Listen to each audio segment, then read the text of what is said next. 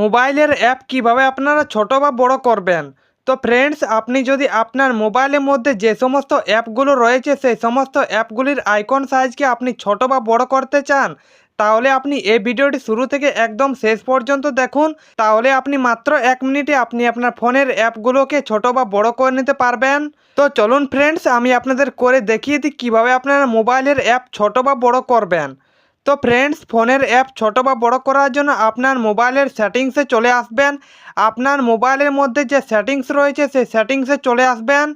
আর আপনার মোবাইলের সেটিংসে আসার পর আপনার সামনে এরকম একটি ইন্টারপেজ ওপেন হবে। তো এখানে আপনারা দেখুন হোম স্ক্রিন নামে একটি অপশন রয়েছে। আমার মোবাইলটাতে দেখুন এখানে হোম স্ক্রিন অপশনটি রয়েছে। আপনার মোবাইল ফোনে যদি এই অপশনটি থাকে তাহলে আপনি এই অপশনে ক্লিক করবেন। আর আপনি যদি এই হোম স্ক্রিন অপশনটি খুঁজে না পান, তাহলে আপনি সেটিং অ্যাপের মধ্যে উপরে সার্চ বার পেয়ে যাবেন। আপনি সেই সার্চ বারে গিয়ে লিখে দিবেন হোম স্ক্রিন। আপনি হোম স্ক্রিন লিখে সার্চ করলে আপনার সামনে হোম স্ক্রিন অপশনটি চলে আসবে। তো আপনি এই হোম স্ক্রিন অপশনে ক্লিক করবেন। আর হোম স্ক্রিন অপশনে ক্লিক করার পর আপনার সামনে এরকম একটি পেজ ওপেন হবে। তো এই পেজে আপনারা একটি অপশন পেয়ে যাবেন আইকন সাইজ নামে। তো আপনারা এই আইকন সাইজ এই অপশনে ক্লিক করবেন। এই আইকন সাইজ অপশনে ক্লিক করে দিলে আমাদের মোবাইলের অ্যাপগুলোকে ছোট বা বড় করার অপশনটি চলে আসবে।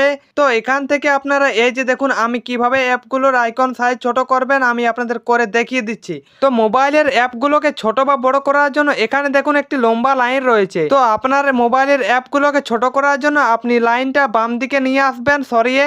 তাহলে আপনার মোবাইলের অ্যাপগুলো ছোট হয়ে যাবে। আর আপনি যদি আপনার মোবাইলের অ্যাপগুলো বড় করতে চান তাহলে আপনি ডান দিকে সরাবেন, এই লাইনটাকে সরিয়ে নিয়ে আসবেন, তাহলে আপনার মোবাইলের অ্যাপ বড় হয়ে যাবে।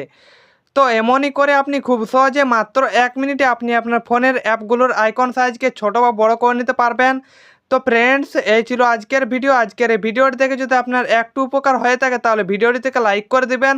আর চ্যানেলে প্রথম হয়ে থাকলে চ্যানেলটিকে অবশ্যই সাবস্ক্রাইব করে দিবেন।